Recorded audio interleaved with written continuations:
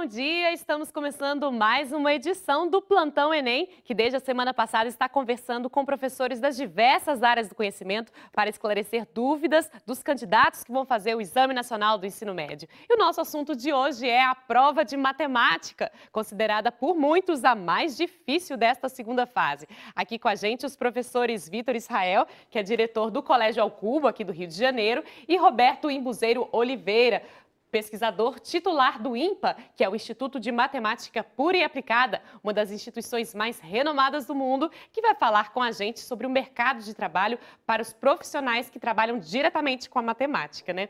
Bom dia, obrigada pela presença de vocês. Obrigado. Você aí de casa também pode participar do Plantão Enem, basta mandar a sua mensagem, o seu comentário, utilizando a hashtag Plantão Enem. A gente traz para cá e conversa sobre isso. Além disso, você pode acompanhar também pela internet, pelo site, a nossa transmissão ao vivo.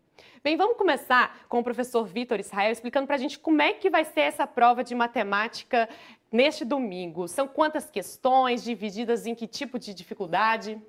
Então, bom dia a todos. Nesse domingo a gente tem a prova de Ciências da Natureza, que engloba Biologia, Física e Química, e tem a parte da Matemática. A matemática ela já tem a sua própria área sozinha, então já ganhamos algum tipo de destaque por conta disso. São 45 questões, é muito difícil assim mensurar, tem 15 fases, assim, não é bem assim que a banda toca. É claro, existem algumas questões mais fáceis e outras mais difíceis. Tá? Aí, assim, é sempre importante lembrar que a gente está diante de uma prova que pontua pelo TRI. Então, é muito importante que os alunos, ao abrir a prova, já comecem a procurar com uma leitura dinâmica mesmo, aquelas questões que parecem ser mais fáceis. Ah, fazer as mais fáceis primeiro. Com certeza, com certeza. Para garantir aquilo que todo mundo vai dar conta. Com certeza, porque o TRI ele vai identificar algum tipo de falha. Não é comum, não estou falando que é um erro, mas não é comum um aluno acertar uma questão muito difícil e errar uma muito fácil. Tem alguma coisa estranha no ar. Então é muito importante procurar. Parece que ele chutou, né? Que ele acertou porque chutou. Pois é, parece que ele chutou. Beleza, gente, vamos ver uma interatividade agora, ver o que o pessoal nas redes sociais está achando. A Decker pelo Twitter. Medo de chegar domingo no Enem e a prova de matemática ser só de interpretação também. Gente, isso é algo realmente que mexe com os estudantes, né? Porque a interpretação é algo muito importante para a matemática. Às vezes as pessoas acham que são fórmulas e tudo. Como é que é essa questão da interpretação? Como se preparar para isso?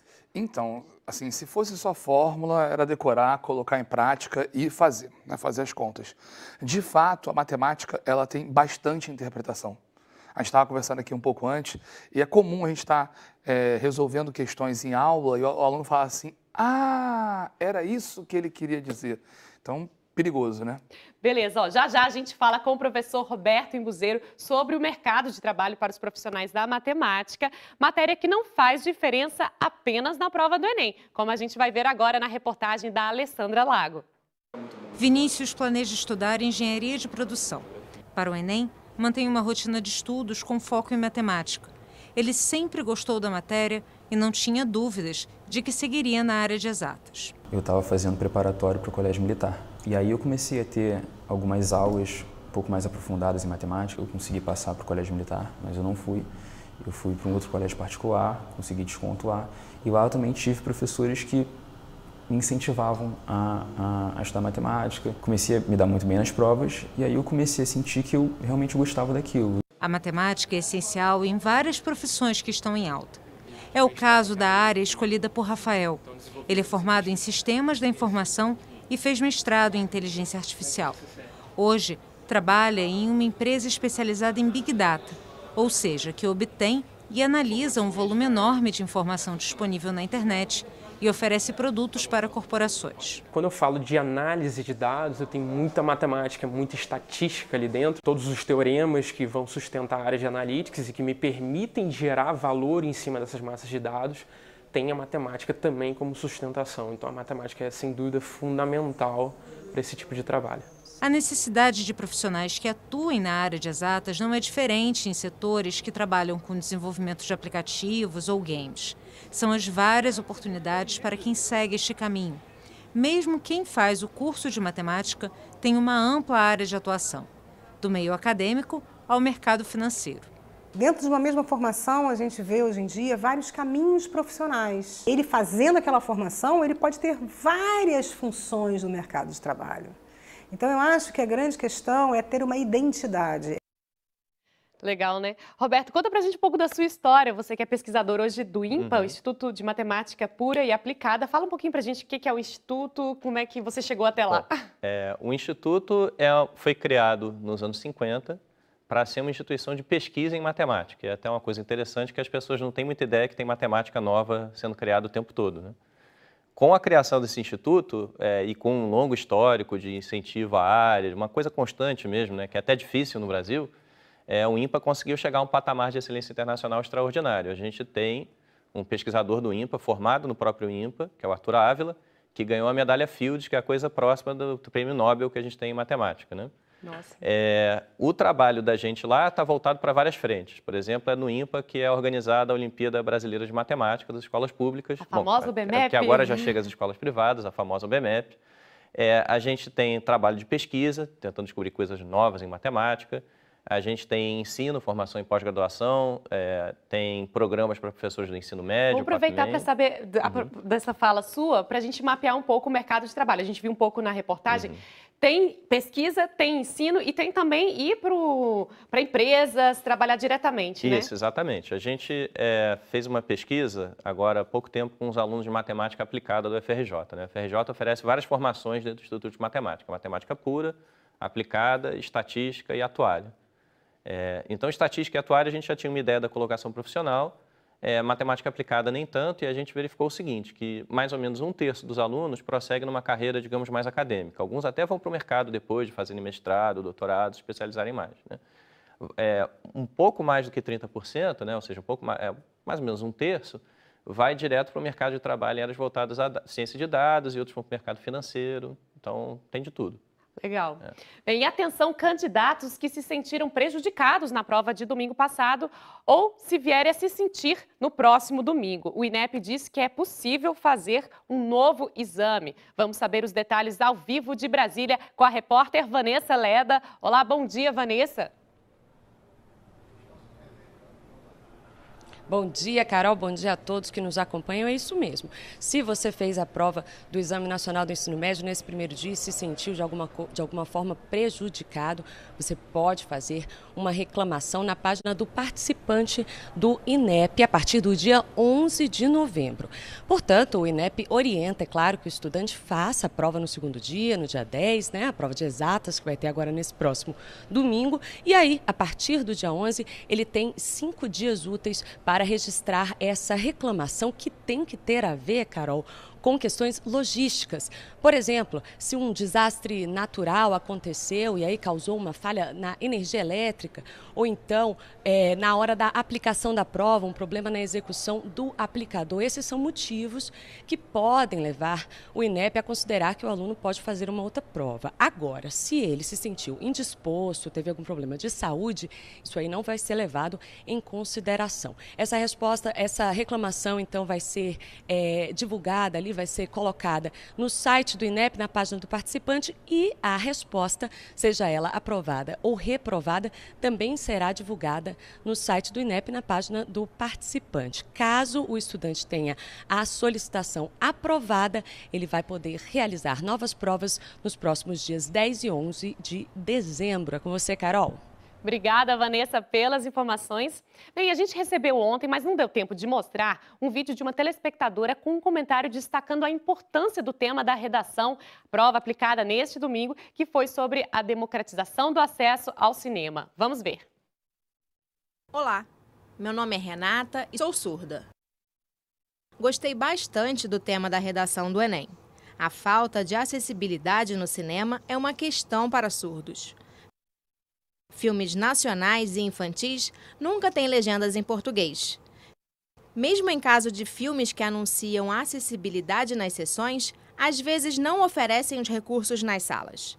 Uma grande frustração para o público surdo, que se sente lesado.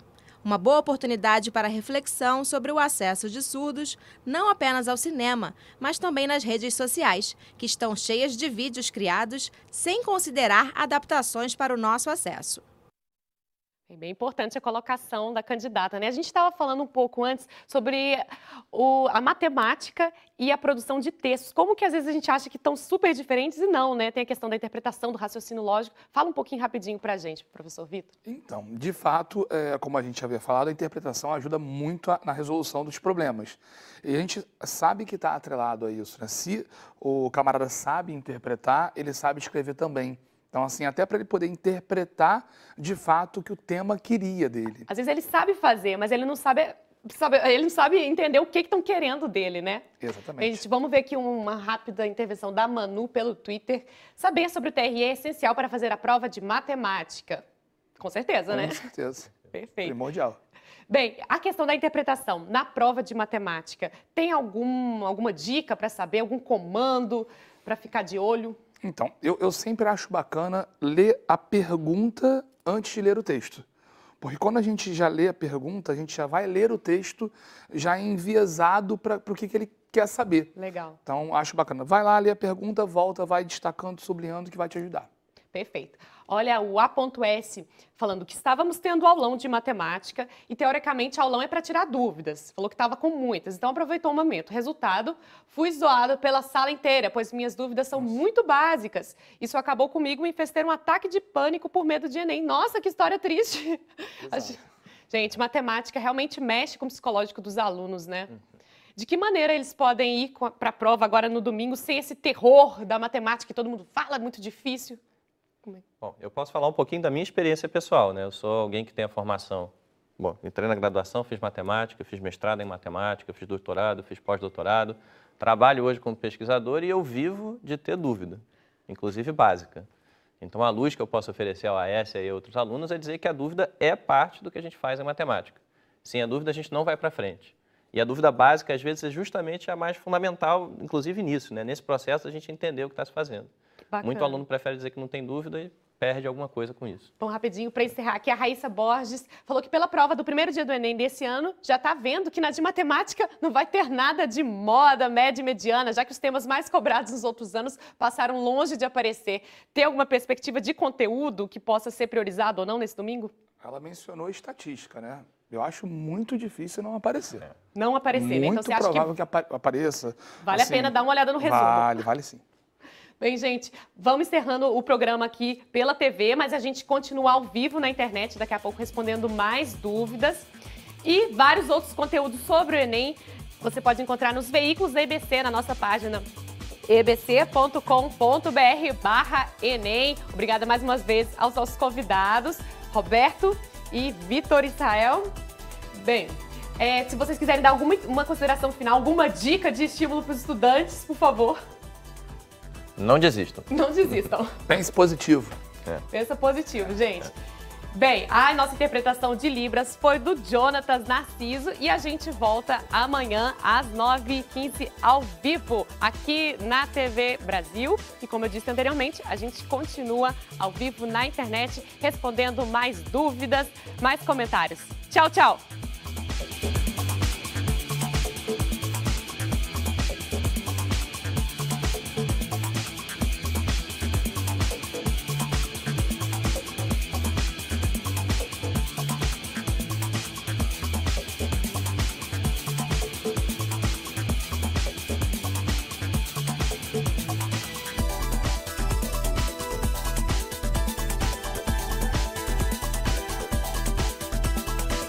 Acompanhando tudo pelo hashtag Plantão Enem. Vamos ver a Raíssa Borges, que estava falando, né, das estatísticas. Vamos falar mais um pouquinho sobre conteúdo, ver se a gente consegue... Lógico, não vamos ser o oráculo aqui que vai fazer as suas apostas, mas o que pode ser que seja mais presente nessas 45 questões? Então, a preocupação dela eu acho que não vai acontecer, tá? Eu acho que vai ter média, mediana, moda, que são medidas da estatística. Eu acho que proporção provavelmente vai aparecer, análise combinatória, probabilidade, geometria, questões de áreas, por exemplo, triângulo, retângulo, são sempre assuntos que aparecem, acho muito difícil não aparecer. Entendi. O professor Vitor Israel estava falando que ele fez a prova, né? Está participando como aquele candidato. E você notou uma coisa muito importante que foi o ano passado, Sim. colocando a prova de matemática, que é a sua especialidade, num curso de humanas, né? Conta pra gente um pouco como é que foi isso. Então, O que eu fiz foi o seguinte, eu tentei mostrar para os alunos que a prova de matemática ela auxilia muito por conta do TRI. O TRI ele é muito amplo em matemática. Aproveita e explica para a gente um pouco, quem está acompanhando a gente às vezes não entendeu direito o que é o TRI, como é que TRI funciona. significa Teoria de Resposta ao Item. Ele faz um confronto entre todas as provas do Brasil, tá? E é por isso que tem que ter um número grande de questões para verificar de verdade a originalidade daquelas respostas, né? Se faz sentido, se não faz, e a partir disso ele gera notas. Como a gente estava falando, acertar difíceis e errar fáceis não faz muito sentido. Então, a partir disso é gerada uma nota que não é tão clara e objetiva. Então, se nós dois fizermos a prova e acertarmos o mesmo número de questões, dificilmente a gente vai ter a mesma nota, porque a gente vai errar questões diferentes. Entendi. Então, assim, por conta da média de matemática ser baixa em número de acertos, quando um aluno se destaca, o TRI joga muito lá em cima. Então, eu quis mostrar que a matemática ajuda em todos os cursos. Eu me inscrevi em Direito. Não me matriculei, claro, mas eu passei em Direito. Olha só, em quinto lugar, né? Não falou que foi em Unirio. quinto lugar numa universidade pública. Foi aqui na Unirio. Que legal. Bem, gente, a matemática, como a gente viu sobre o mercado de trabalho, ela está presente na sociedade inteira, no mercado de trabalho, nos estudos e tal. De que maneira os estudantes que estão mais focados em cursos de humanas podem aproveitar a matemática, né, no dia a dia deles? Porque, geralmente, quem não gosta acha assim, para que eu vou querer saber isso de fórmula, tal, parece que é inútil. Mas você, que é uma pessoa que vive a matemática no dia a dia, o que você diria para uma pessoa que fala isso? Bom, primeira coisa que eu sempre brinco com as pessoas é a seguinte, eu nunca me perguntei para que servia a aula de capoeira. Então, eu tive aula de capoeira na escola, não pratico capoeira hoje, mas sou feliz por ter feito capoeira, certo? Então, a gente questiona muitas coisas das quais a gente tem medo, ou a gente tem algum receio, ou não gosta, né? Mas o que eu tenho visto, até é engraçado, né? Eu tenho conversado com muitas pessoas de ciências sociais, ciências políticas, né? E aí você vê que para pessoas como essas, estatística, por exemplo, é absolutamente fundamental. Sim, A o gente TRI é matemática pura, né? O TRI é matemática, né? E a gente usa estatística, bom, as pessoas usam estatística nas ciências sociais, usam, bom, economia, claro, né? Então, é muito difícil imaginar uma pessoa que queira compreender o mundo hoje sem ter um conhecimento de matemática, né? E a gente ouve até falar o pessoal por exemplo, de ciência política mais antigo, fala, não, hoje esses meninos chegam aqui sabendo um monte de estatística, sabendo programar. Então, uma série de competências que podem não ser o centro da vida de quem faz humanas, mas certamente são importantes para crescer na profissão, para compreender o mundo melhor. Perfeito. Fora o raciocínio lógico, né, gente? Fora o raciocínio lógico, que é fundamental para tudo. Para tudo. Bem, o Gabriel Ferreira aqui falou, oremos para que realmente caia estatística, é a única coisa que sabemos, gente, mas já é muito bom, porque para mim, na minha época, estatística era um problemão. Pois é, geralmente até aparecem algumas, né? Às vezes aparece mais de uma questão de estatística, tomara que apareça para o Gabriel, para que ele mande bem na prova, mas eu tenho certeza que ele deve saber outros temas também que aparecerão, então fica calmo que vai dar tudo certo. Calma, gente, é na hora da prova que tudo se resolve, né? A gente estava falando sobre priorizar fazer essa prova desse domingo entre as questões fáceis ou difíceis da prova de matemática. E, sem dúvida, entre as outras provas, matemática você consideraria que seria a primeira prova a ser feita nesse domingo? Então, existe um quê psicológico na coisa. Tá? Então, vamos supor que eu tenho um aluno que seja muito bom em biologia. Então, vai lá, pesca as questões de biologia e já responde, que começa a tocar uma musiquinha bacana na cabeça, tá dando tudo certo. O meu medo é o cara começar pela matemática, não achar que está indo bem, isso atrapalhar a biologia. Então, a minha recomendação é sempre começar pela matéria em que você é melhor. Sim, mas legal. Assim, tente dinamizar o tempo. E o tempo é crucial, né? Lembrando que nesse domingo, gente, a prova, o horário dela é diferente no domingo passado, que teve a redação, né? Acho que, se não me engano, são meia hora menos, né? Isso. Então, vamos ficar ligados. Bem, gente, e agora, faltando 4 dias, né? Se não me engano. 4 dias para chegar ao final de semana. O que vocês considerariam que seria bom para o candidato se preparar agora? Vale a pena aprender alguma disciplina que ele está com dificuldade, ou vai para o resumo, ou esquece tudo, vai relaxar? O que vocês acham?